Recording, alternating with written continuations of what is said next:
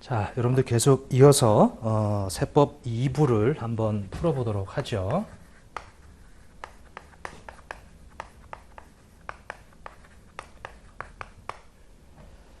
자, 문제 1번은 이제 이론 문제예요. 국세기본법에 의한 이제 납세 의무 성립 시기.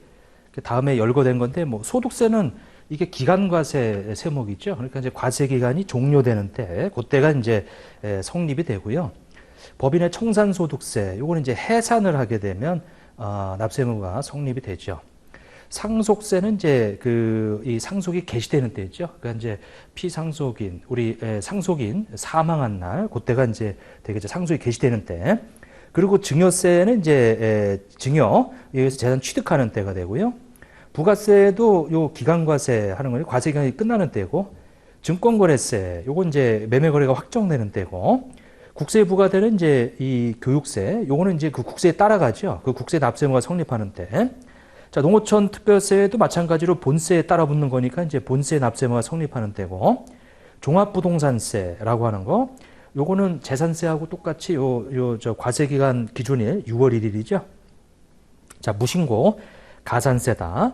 무신고 가산세는 이제 이 법정 신고 기한이 경과되면 달라붙는 거니까 경과되면 경과하는 때 그렇게 이제 될 거예요. 요거는 뭐 이론적인 내용들인데 그렇게 좀 봐주시고, 자, 그 다음에 이 두 번째 우리 문제 2번을 보면은 이제 그 종합소득 관련된 자료인데 이 물음에 답하라 이렇게 돼 있네요. 그러면 일단은 물음 1번.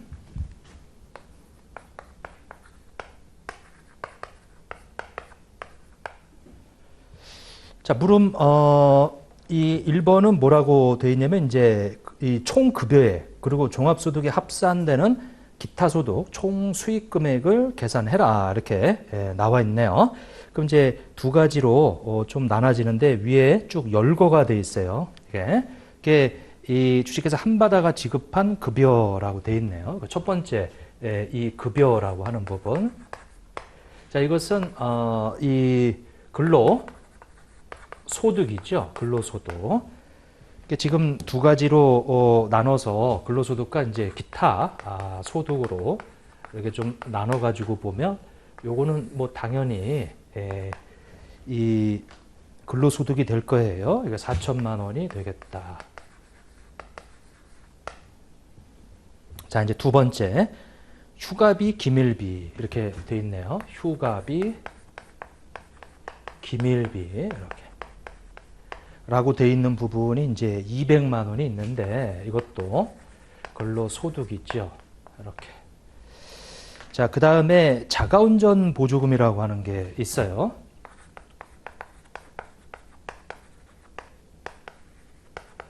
보조금. 근데 근로소득에서 이제 다 과세되는 부분을 말하는 거예요. 총급여지 이게 과세되는 부분을 말하는 거. 이렇게. 그럼 자가운전 보조금은 원래 비과세 항목인데 문제가 있네요. 배우자 명의의 차량, 우리 본인 명의 차량이 돼야 되는데 그래서 이것은 과세되더라. 240만 원. 과세된다는 얘기는 총급여에게 들어간다. 그 다음에 이제 특강료라고 하는 것이 이제 있죠. 자, 이것이 업무 관련해서 만약에 이 특강료를 회사로부터 받았다면 그건 근로소득이지만 외부 대학교에서 일시적으로 한 거기 때문에 이것은 기타 소득이 되겠어요. 이게 150만 원이라고 하는 것이 이것은 기타 소득으로 들어가야 되겠죠.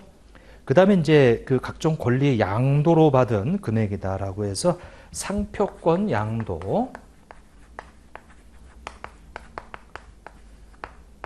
기타 소득이죠. 상표권 500만 원이라고 하는 부분은 기타 소득이다. 이렇게. 자, 그 다음에 이 교통사고로 지급받은 상해 보상금. 자, 교통사고로 인해서 상해 보상금 받은 것은 이거는 정신적, 육체적 피해로 인해서 받은 거기 때문에 이것은 세금을 내지 않죠. 그래서 이것은 근로소득도 아니고요. 기타 소득도 아니더라라고 하는 거. 이렇게 이제 되어 있고. 자, 자, 그 다음에 그 신문 기사에 대한 원고료 일시적이고, 자, 원고료 일시적인 분야 창작 소득이에요. 그건 이제 기타 소득이 되겠다라고 해서 그 원고료가 300만 원이라고 하는 거, 이것은 기타 소득 금액이 되겠다. 자, 그 다음에 그 슬롯머신 당첨, 슬롯머신. 자, 슬롯머신은 이제 과세 최저한 200만 원 있는데, 거기 보면은, 슬롯머신 당첨금액 한 건당 해당하며 투입 금액은 5천 원이다. 근데 이제 그 당첨금품이 이제 200만 원이다 보니까 과세 최저한에 걸렸죠. 요거는 이렇게 되겠더라. 이렇게 과세 최저한에 걸려 있는 거. 자, 이렇게 이 하게 되면 우리가 이 물음 1에 그 종합소득이 합산되는 기타 소득, 요것은 합산하지 않고 200만 원 밑으로는 이제 이 세금이 없어요. 기타 소득 총 수익 금액을 계산해라. 그래서 이제 요것은 총 급여에 요것은 총 수익 금액이 되겠더라. 그렇게 이제 보시면 되겠죠. 그래서 총 이 급여 얘기를 하고, 거의 근로 소득이라 뭐 하나 좀 빠진 게 있는데, 거기 중간에 직무발명 보상금이라는 게 하나 빠졌네요. 거기 직무발명 보상금인데 발명 지능법에 따라 받은 거예요.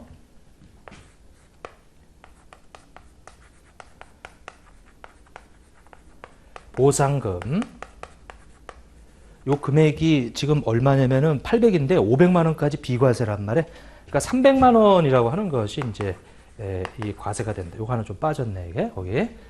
자, 그래서 다 합치게 되면 요거 4,700 여기다 쓸게요. 4,740이라는 것이 총 급여액이지. 그 다음에 요것은 50만 원인가요? 이렇게 950만 원이 되겠다.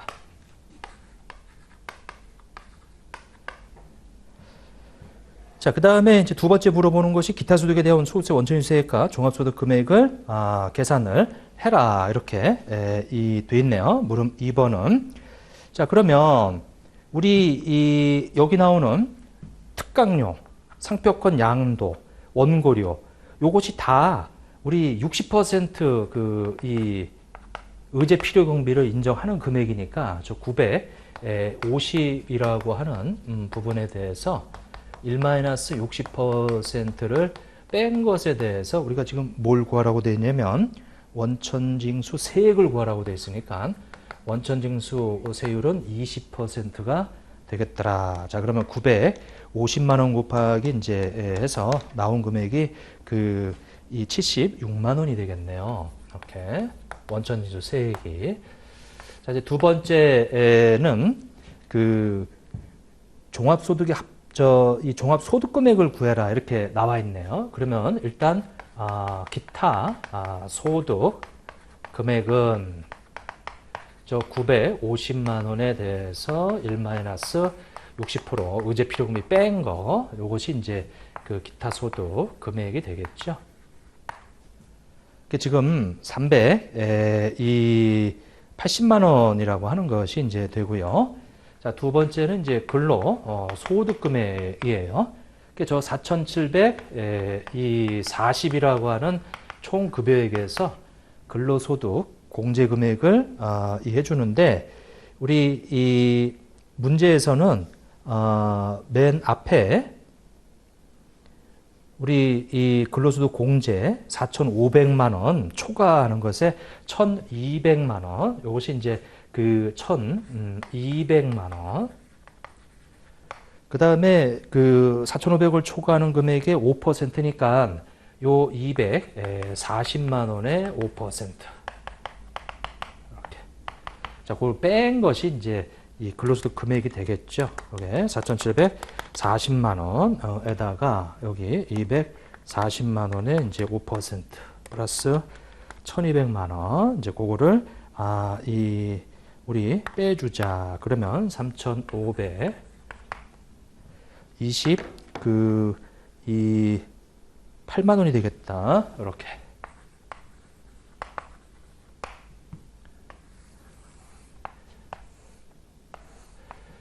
자, 이 두 가지를 이제 더하게 되면 380만 원, 그러면 3,900만 8만 원이라고 하는 거. 요것이 그 종합 소득 금액이라고 하는 것이 이제 그 되겠더라. 이렇게 해서 그 물음 2번은 그렇게 이제 풀이를 했네요. 그 다음에 이제 물음 3번을 보게 되면 소득 공제액을 아래 양식에 따라 작성하시오. 이렇게 되어 있어요. 자, 첫 번째, 인적 공제 중 기본 공제 금액이 얼마냐. 두 번째, 추가 공제 금액이 얼마냐. 세 번째, 연금 보험료 공제가 얼마냐. 네 번째, 특별 이 소득 공제액이 얼마냐. 다섯 번째, 그 합계 금액이 얼마냐. 이렇게 좀 물어보네요. 자, 그러면 일단 인적 공제 중 기본 공제액이다. 자, 요거 이렇게 옆으로 좀 써보죠. 자, 첫 번째는 기본 공제는 그 주어져 있는 그 부양가족이 본인이 있고요. 부친이 있네. 그 다음에 배우자가 있는데 양도소 금액이 100만 원 넘어가요. 배우자는 해당이 없고요. 딸이 있는데 20살이 넘어갔죠. 해당 없고. 그 다음에 아들이 있네. 아들이. 그래서 이제 그 3명이 이제 이 되겠더라. 그러면 3명이면은 이제 그 150만 원씩. 그래서 곱하게 되면 이제 450만 원이 되겠어요. 자, 이제 두 번째, 우리 추가 공제인데, 우리 기본 공제 중에서 아버지가 70세가 넘으시니까 이제 100만 원의 경로 우대자 공제가 있고요. 그 다음에 아들이 장애인이에요. 장애인은 이제 200만 원의 이 공제가 되죠. 그래서 이제 합쳐가지고 이제 300만 원이 될 거죠. 이렇게. 그 다음에 이제 세 번째 보게 되면 연금 보험료 공제인데, 연금 보험료는 이제 전액 다 되잖아요, 이게. 그러니까 300만 원이 되고요. 뭐 이건 뭐 어려운 거 없죠, 이거는. 이렇게. 자, 그 다음에 네 번째는 그 이 특별소득 공제인데, 거기 건강보험료 전액 다 되고요. 그 다음에 주택청약, 우리 돼 있는데, 주택청약 저축 납입액에 대해서 우리가 소득 공제를 받으려면 본인이 무주택자야 돼. 이게 기간 중에 주택이 있으면 안 돼요. 그리고 세대주의이지. 근데 거기 보니까 요건에 해당이 되네. 그러면 200만 원에다가 건강보험료는 다 되고요. 그리고 청약저축 그 불입한 거 250에 대해서 다 해주지는 않고 이 40% 이 해주더라라고 하는 거죠. 자, 그러면 250에 40%는 100이에요. 그래서 200만 원 더하면 이제 이 금액이 250에 그 자, 쭉 주택청약 40%. 근데 요게 좀 잘못됐네. 왜냐면 이제 요것은 한도가 있죠. 한도가 240까지만 해주겠더라. 그러니까 이제 청약저축 불입할 때 20만 원 넘어가는 것은 안 해주죠. 20만 원까지 12달에서 240까지. 그렇게 해서 이제 40%. 그 요즘 걸려버렸어요, 이게. 이게 하게 되면 96만 원에다가 저 200을 더하게 되면 요것이 296만 원이 되겠네. 이렇게. 그러니까 요것만 좀 조심해야 되겠어요, 이게. 요거. 다섯 번째는 이제 그 합계 금액이죠. 1340. 이 얼마예요? 합계 금액이 다 해가지고 1346만 원이 되겠어요. 1346만 원. 이렇게. 자, 이것이 이제 물음 3번에 대한 얘기고요. 그 다음에 넘어가서 자, 그 다음은 이제 문제 3번이 되겠네요. 문제 3번. 자, 쭉 넘어가서 먼저 3번을 먼저 보게 되면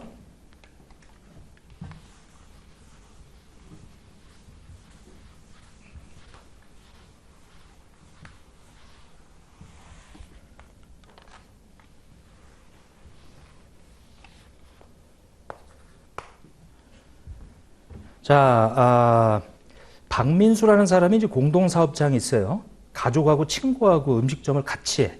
조세피 목적으로 공동사업을 경영하는 것으로 확인이 됐어요. 그래서 뭐냐면 이제 자기 사업인데 가족하고 그 다음에 친구들을 끌어들여 가지고 이제 소득세를 줄이려고 이제 그렇게 확인이 됐대요. 아래 강물음의 답하시오. 그래서 당기순이익이 2천만 원이 있고요. 그리고 감가상각비가 이제 그렇게 이제 계상을 해서 2020년부터 21년, 22년 대표자 급여 뭐 이렇게 쭉 있고요. 돼 있는데 일단 물음이 뭘 물어보는 거냐면 거기 감가상각비 관련 다음 양식을 작성하시오 이렇게 해서 이 세 연도별로 2020년도하고 2021년도하고 2022년도 그렇게 해서 지금 회사 상각에 이렇게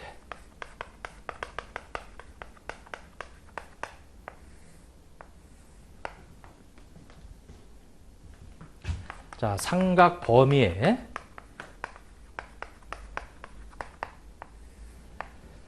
자, 그 다음에 이제 상각 부인의 양식에 맞춰서 좀, 이 세무조정이죠. 작성을 하라고 되어 있네요. 자, 그러면 일단 먼저 자료를 보게 되면 손익계산서상의 세무조정 관련 사항이다. 계산 취득가액이 5천만 원이고 취득일이 1월 10일이고요. 감가상각 및 상각률은 정률법이고 0.45로 되어 있네. 그 회사가 2020년부터 감가상각비 장부상 계상되어 있는 뭐 그대로 써주시면 되죠. 이거는 여기 뭐 그냥 주어져 있으니까 2,500 그 다음에 1,100 뭐 이건 다 주어져 있는 내용이니까 그대로 쓰시면 되겠다. 자, 이제 그런데 이제 상각 범위액이 이제 이 중요하죠. 자, 첫 번째 이 연도에 2020년도에는 우리 이게 지금 취득가액이 얼마냐면 5천만 원이에요. 자, 5천만 원에 대해서 이게 정률법이니까 거기 상각률이라고 하는 0.45라고 하는 것을 곱하면 이게 세법상의 한도가 되겠더라. 그래서 이것이 2250이 되겠죠.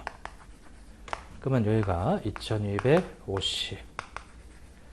그러면 한도 초과가 발생했네요. 250만 원이라고 하는 것이 이것이 우리 필요경비 불산이 이렇게 불산이 필요경비 불산 이렇게 쓸게요. 필요경비 이 불산입이 되겠다. 그래서 250을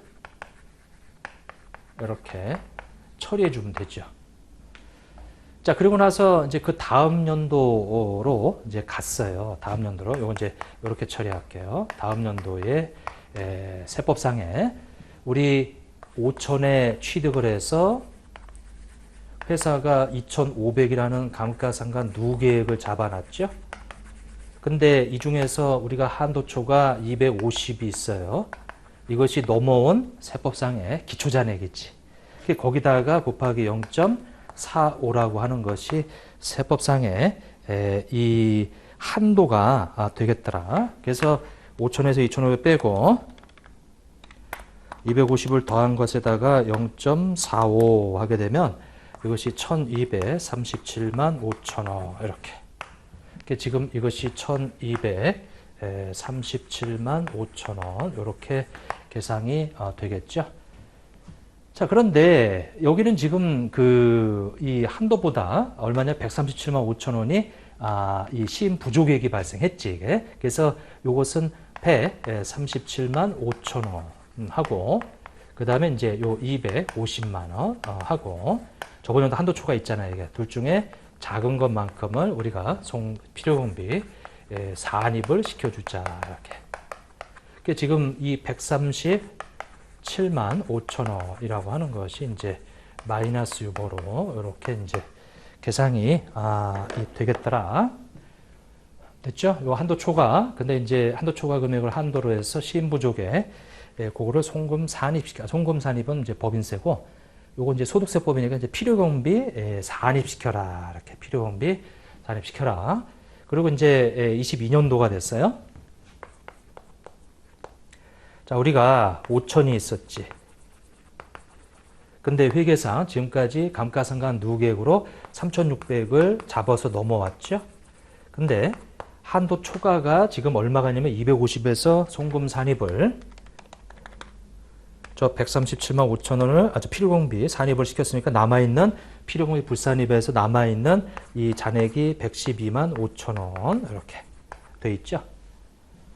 자, 그래서 누계에서 결과적으로 지금 회계상 잡아놓은 누계액인데 그 중에 아직 남아있는 요 한도 초과가 이만큼. 그럼 이제 요것이 세법상의 누계액이 되는 거예요. 이게. 자, 그래서 여기다가 이제 0.45라고 하는 것을 곱하게 되면 그 금액이 5천에서 3,600을 빼서 1,400 이 플러스 1125 거기다 곱하기 이제 0.45 하면은 6806 250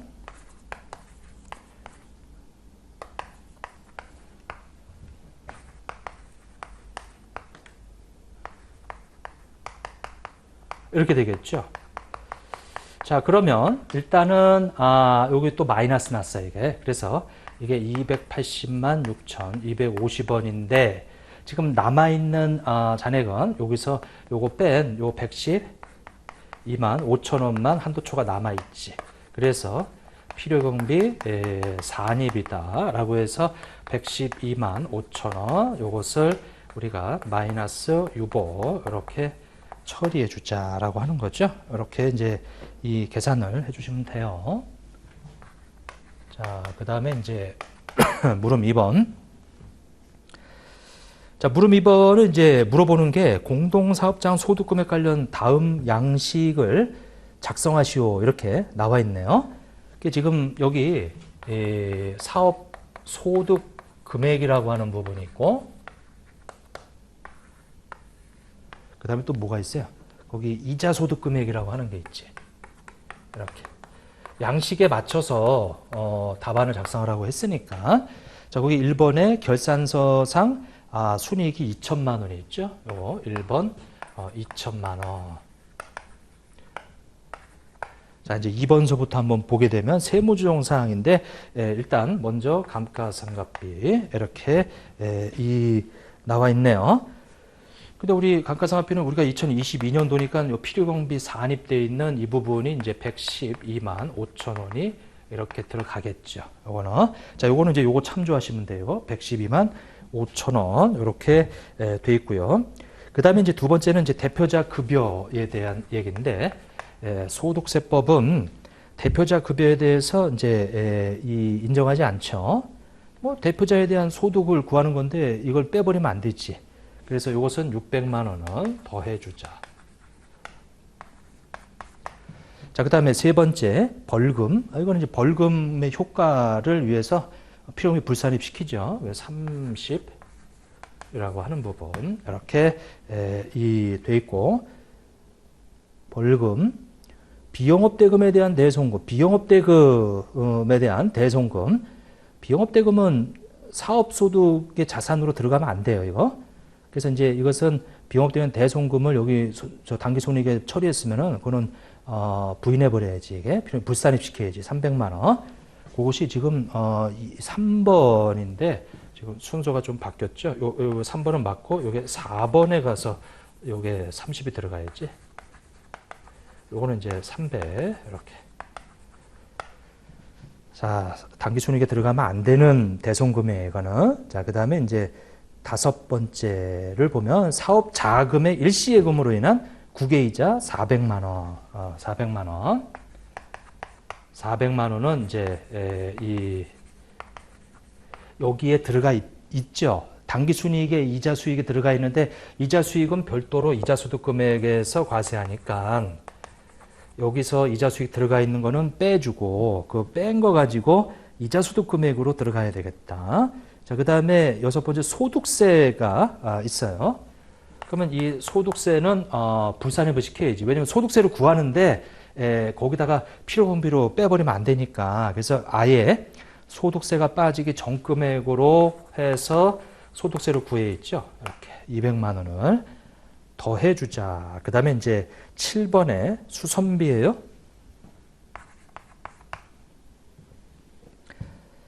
자, 400인데 이거 특수관계자의 거래이며 정상적인 거래가격은 300이래요. 그럼 이제 부당해산 부인이 특수관계자하고 정상적인 거래가격보다 이 더 지급했단 말이에요. 그래서 거기 이 100만 원에 대해서는 이제 부인해 있지. 예? 그럼 이제 필요분비 불산입시키면 이제 100만 원만큼 더해 주면 되겠다라고 하는 거죠. 100만 원만큼 이렇게 더해 주면. 지금 양식에서 그 세 번째 소득금액 계 이렇게 나와 있어요. 그래서 세 번째 요 소득금액 계는 이렇게 되겠더라. 그래서 지금 요거는 빼고 더하고 빼고 이렇게 돼 있는 거죠. 그래서 저 2천만 원이라고 하는 것에서 빼기 1125 이렇게 돼 있고, 그 다음에 이제 더하기 쭉 더하고 빼기 400만 원, 그 다음에 더하기 또 300만 원. 자, 해주면 175. 그리고 여기는 이제 400 이렇게 이제 되겠더라. 됐죠? 됐고, 그 다음에 이제 이제 물음 3번에 보면은 그 양식에 맞춰가지고 요 소득 금액을 배분을 하래요. 배분을. 자, 그러면 요거 이제 좀 지우고.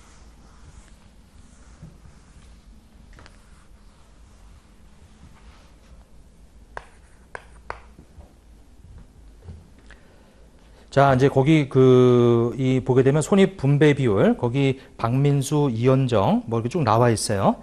근데, 우리 박민수가 본인이고, 거기 특수관계자가 그 배우자예요. 배우자, 이렇게 나와 있고.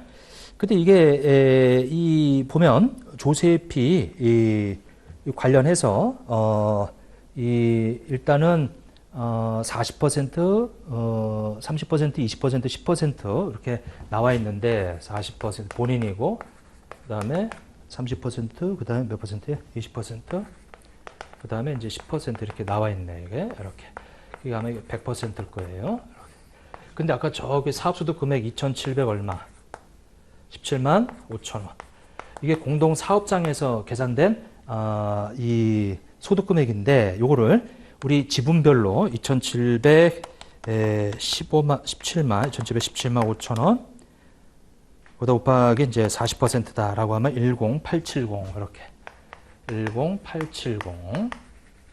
그 다음에 이제 27175 해서 곱하기 이제 우리 0.3이다라고 하면 8 152500 이렇게 되고요. 그 다음에 27175 해서 곱하기 이제 20% 하면 이제 5 4 3 5 000 이렇게 10%면 2717500 이렇게 되겠죠. 10870 플러스 8152 500 플러스 5435 그 다음에 플러스 2717500. 자, 이렇게 해서 계산이 됐어요. 자, 그 다음에 이자 소득도 마찬가지로 이것이 공동사업에서 발생한 이자 소득이 이렇게 돼 있는데 이거를 이 40%면 160이고요. 30%면 이제 120이고요. 80이고 이렇게 나눠줘야지. 그 다음에 40이고요. 이렇게 돼 있어요. 그럼 400이 되겠죠, 이게. 소득의 배분은 이제 이렇게 다 끝났어요. 그리고 이제 물음 4번에 보면 이제 조세 회피 목적이다 보니까 이제 이 특수관계자가 요 특수관계자란 말이에요. 이 특수관계자는 요 사업소득에 대해서 특수관계, 우리 부당해산 부인 규정이 있으니까 요걸 합쳐가지고 본인한테 다 과세해야 돼. 본인한테. 근데 부당해산 부인에 해당되는 것은 요 사업소득만 부당해산 부인이지 이자소득은 부당해산 부인에 해당되지 않아, 이게. 그래서 박민수라고 하는 이 사람은 사업소득 금액이 저기 나오는 이제 1,087만 원과 그 다음에 조세피 목적이다 보니까 이제 배우자한테 배분된 저것도 이 박민수라는 사람이 이제 사업소득 금액으로 이제 과세가 되는 거예요. 그래서 이것이 두 개 합치게 되면 이제 195 해서 이 022 500이다. 이렇게 되겠죠. 이게 사업소득 금액이고 이자소득 금액은 이제 요 160만 원만. 요건 이제 부당해산 부인에 해당되지 않으니까 그래서 160만 원 이렇게 되겠어요. 자, 그래서 이 합쳐가지고 요것을 이 2006 22500이다. 이렇게 이제 되겠죠? 종합소득 금액이 두 개 합쳐서 나와 있는 금액이 이제 요렇게 되겠더라. 자, 그 다음에 근데 이제 물어보는 거는 이제 그거 다 끝났죠. 그 다음에 이제 문제 4번으로 가보세요. 한번 문제 4번.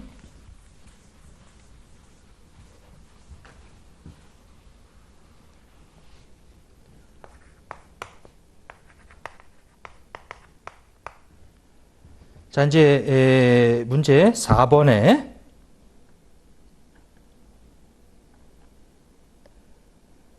자, 다음은 거주자 우리 이 수미의 2022년 귀속 종합소득 신고를 위한 금융소득 관련 자료이다. 대수미의 종합소득에 합산될 금융소득을 아래의 답안 양식에 따라 작성하고 계산이 필요한 경우에는 계산 과정을 명시하시오. 이렇게 되어 있고요. 원천인수 전이고 원천인수 적법하게 다 이루어졌다라고 되어 있는데 일단 구분이 이 조건부 과세대사 조건부하고 그 다음에 또 뭐가 있어요? 무조건이 있네. 무조건.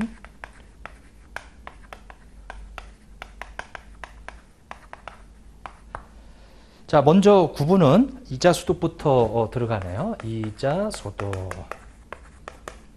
먼저 이자소득부터 먼저 발췌해보죠. 환매조건 매매 차이.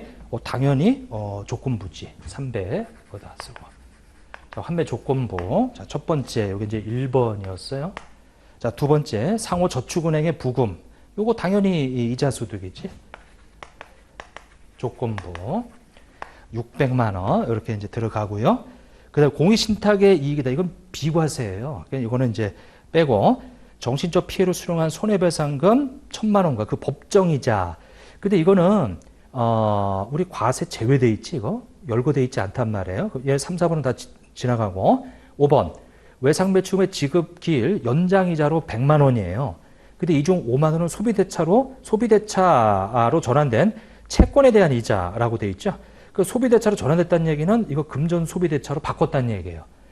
만약에 금전 소비대차로 바꾸지 않으면 이건 이제 물건 팔은 대금에 들어가는데 거기 5만 원이라고 하는 것은 이 비영업 대금에 금전 소비대차로 해서 마치 돈 빌려준 거에서 발생한 이자로 그 5만 원이라고 하는 것이 이제 이 조건부로 이제 들어가야 되는 이 이자 소득이다. 그래서 이것이 몇 번이에요?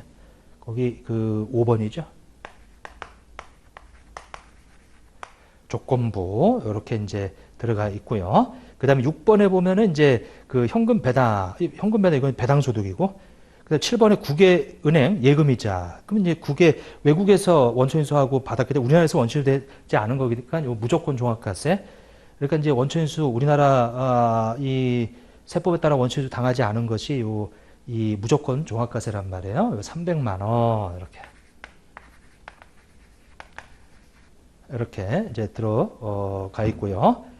그 다음에 이 8번에 보면 이것도 배당소득이죠. 넘어가고 9번에 주가 연계증권 ELS 관련해서 발생한 수입, 이건 이제 배당소득이죠. 10번에 보면 미국에 거주하는 지인에게 자금을 대여하고 받은 이자 270만 원. 근데 이거는 이 국외에서 거주하는 그 지인이 원천인수 안 했단 말이에요. 이거 270만 원. 그래서 이것도 이 무조건 그러니까 원천인수가 안 돼 있으니까 무조건 종합과세 해서 세금을 계산해야 돼요. 70만 원이다. 그 다음에 이제 비상자, 이것도 이제 배당소득이죠. 일단은 이자소득은 이렇게 끝내고 이렇게 돼 있죠. 9번이고요. 이제 배당소득을 한번, 이거 지금 배당소득 이렇게. 자, 이제 나머지는 내가 아까 배당소득으로 뭐가 있었냐면 이제 6번이 있었죠. 그 현금 배당 500, 당연히 이거 지금 현금 배당 500은 6번 해서 배당소득이고, 당연히 이제 조건부죠. 이렇게 이제 돼 있고, 그 다음에 8번에 보면 이제 간주 우리 배당 있죠. 국내 원천인수 되지 않았대요. 그래서 200만 원. 그게 지금 8번이에요. 8번에 이거 200만 원. 국내에서 원천인수 되지 않았으면은 무조건 종합과세 해서 일단 세금을 계산해야 돼 이게. 자, 그 다음에 9번의 주가 연계증권으로 발생한 수입배당금 우리 50만 원이다라고 하는 거 있죠? 150만 원. 자, 근데 지금 양식이 지금 그 양식이 아니었네 이게. 왜냐면 이제 요것이 요 밑에다가 똑같은 배당소득인데 요것은 그로스업이라고 하는 것이 대상이 아니고 그 다음에 이제 또 뭐냐면 이제 배당소득인데 그로스업 대상 배당소득 이렇게. 그로스업이라는 얘기는 우리나라에서 법인세가 과세가 된 걸 재원으로 해서 받은 걸 말하는 거지. 그러니까 지금 여기 ELS라고 하는 것은 법인세가 과세되지 않고 이제 이 150만 원 받은 거란 말이에요. 그래서 그것이 지금 9번이에요. 150만 원. 근데 이거 법인 우리 국세기본법에 따라 법인으로 보는 단체에 받은 현금 배당은 그 단체에서 법인세 내고 그 다음에 이제 받은 거니까 이 그로스업 대상이지 이게. 그래서 그것은 6번이에요. 이렇게 이 500이다. 자, 그 다음에 이 11번에 보면은 상장법인, 12번에 비상장법인 다 법인세 과세된 거지 이게. 그래서 거기 11번, 12번. 그래서 그 금액이 700하고 800이 되겠네요. 700만 원. 그 다음에 이제 800만 원 이렇게. 그렇게 좀 구분을 해주시면 되겠어요 이게. 자, 이제 그렇게 해서 됐고요. 그 다음에 이제 문제 5번으로 넘어가 보세요. 문제 5번.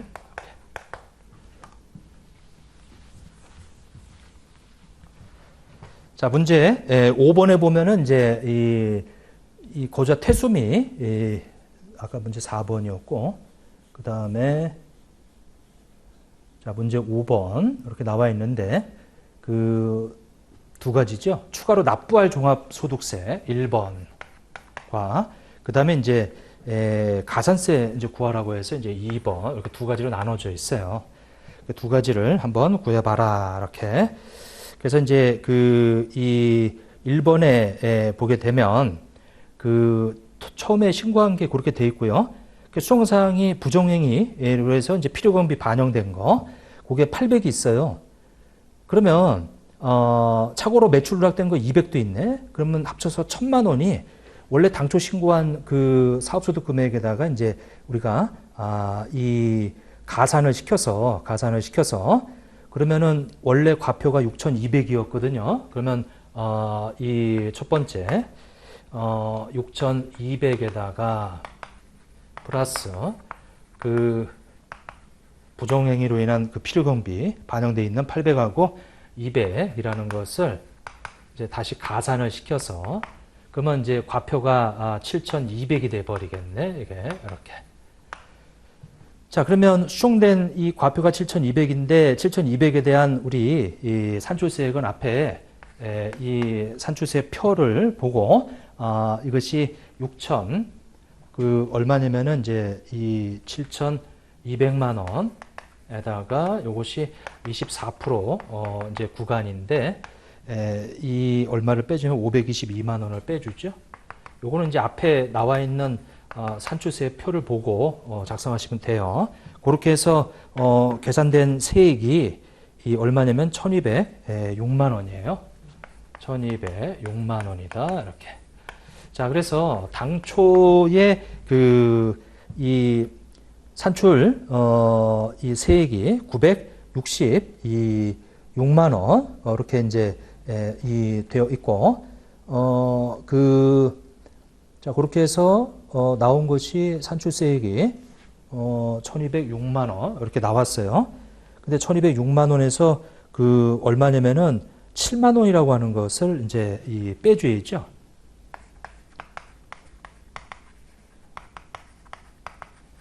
(7만 원이라고) 하는 게 세액공제예요, 이게. 그걸 표준세액공제, 이거 표준세액공제네, 이게. 그래서 그렇게 해서 빼게 되면은 1,100 얼마가 되냐면은 이제 99만 원 이렇게 되겠죠. 1,199만 원이 이렇게 이제 될 것이다. 그러면은 당초에 차감 납부한 세액이 얼마냐면은 이제 거기 959만 원이거든요, 이게. 그래서 늘어난 이 세액이 지금 얼마냐면은 이제 240만 원인가 이렇게 될 거예요. 이렇게 240만 원이다.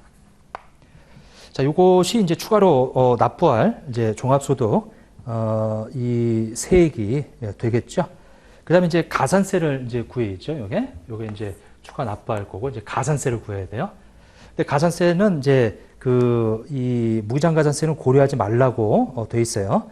그래서 240만 원에 대한 우리 과소신고 가산세를 먼저 이제 구해야죠.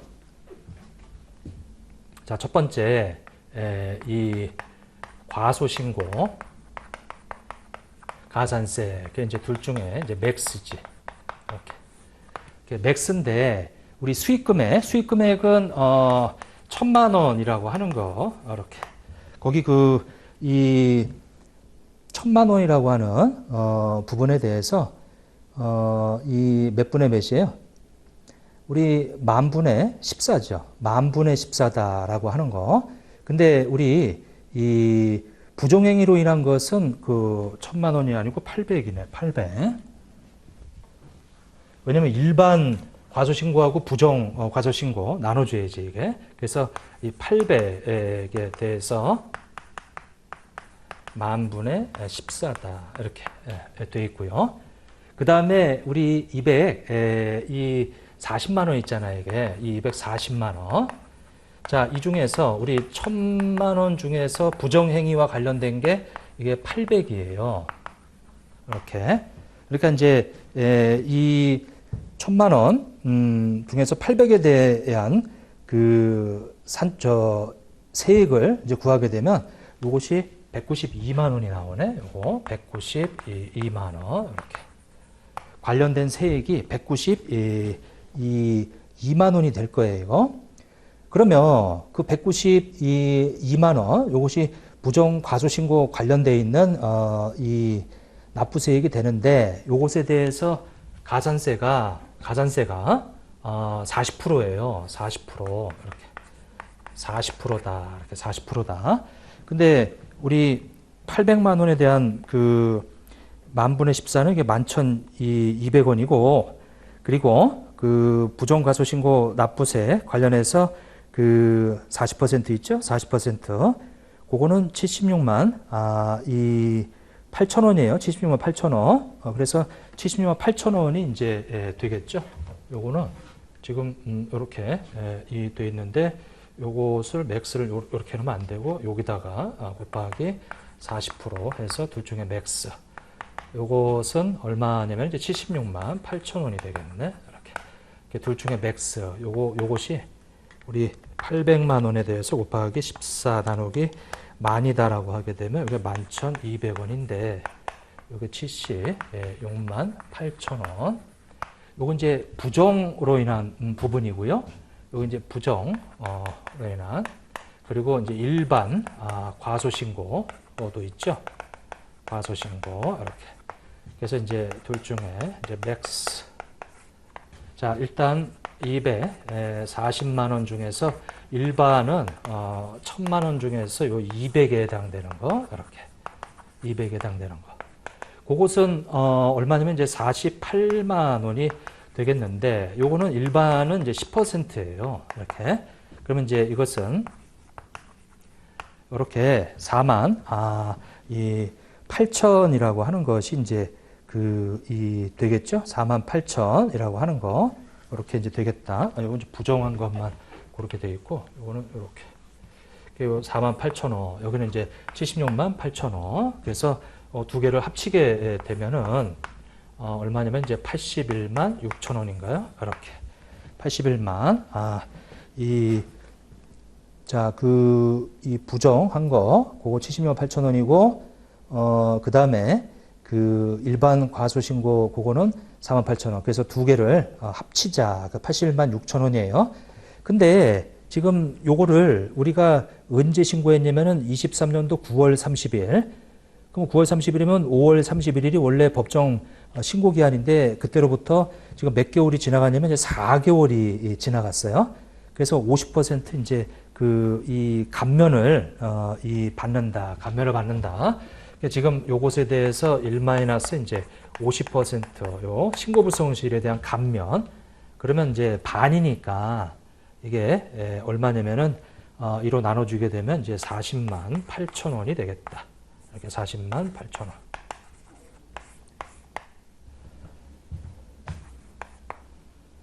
자, 이제 두 번째는 이제 납부 관련되어 있는 납부 지연 가산세.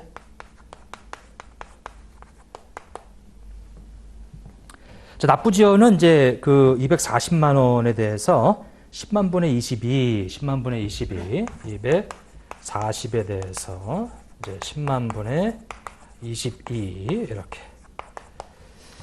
자, 5월 30일 그 이후로 6월 달이 30일이고 7월 달이 31일이고 8월 달 31일이고 9월 달이 30일이니까 122일 있죠. 이렇게 122일이다. 그러면 그렇게 해서 곱한 것이 64,416원이다. 64,416원. 이렇게. 지금 요거 두 개를 합친 것이 이제 가산세 합계 금액이 되겠죠. 자, 다만 저기 부정한 거 있죠. 부정한 것은 우리 부정한 그 부분에 대한 납부세액에 대해서 40% 그리고 수익금액에 대해서 그 만분의 14 그렇게 해서 둘 중에 맥스로 가요. 근데 일반적인 과소신고는 이제 이 일반 이 신고 누락된 세액이 저 240 중에서 48만 원이에요. 거기에 10%고요. 납부지연 그렇게 계산을 하시면 되겠다. 자, 이제 그렇게 좀 봐주시고 그 다음에 이제 문제 이 6번은 이거는 예전부터 좀 잘 나왔던 거예요. 비과세 대상 5가지 좀 써봐라 라고 하는 거. 그래서 이제 국가 등에 이제 취득하는 거라든지 아니면 국가 등에 이제 기부 체납하는 부분에 대해서 이제 이 취득하는 부분. 이제 그런 것들이 이제 비과세고 신탁. 그 다음에 임시 흥행장, 공사 현장 사무소. 그 다음에 이제 취득 당시 주택 기준 시가 9억 원 이하 관련된 개수로 인해서 취득하는 거. 뭐 그런 것들이 있어요. 요거는 이게 참 이거 굉장히 좀 무식한 출제 방법이죠. 이거 실제로 이 출제위원도 못 써. 이거 다 이거 써봐라라고 했을 때. 그래서 제가 봐서는 핵심적인 거 위주로 해서 그렇게 이론적인 거는 어쩔 수가 없어요. 그래서 그건 좀 답안을 좀 확인해 보시고 그렇게 좀 하도록 끝내도록 그렇게 하죠. 자, 여기까지 하도록 하겠습니다.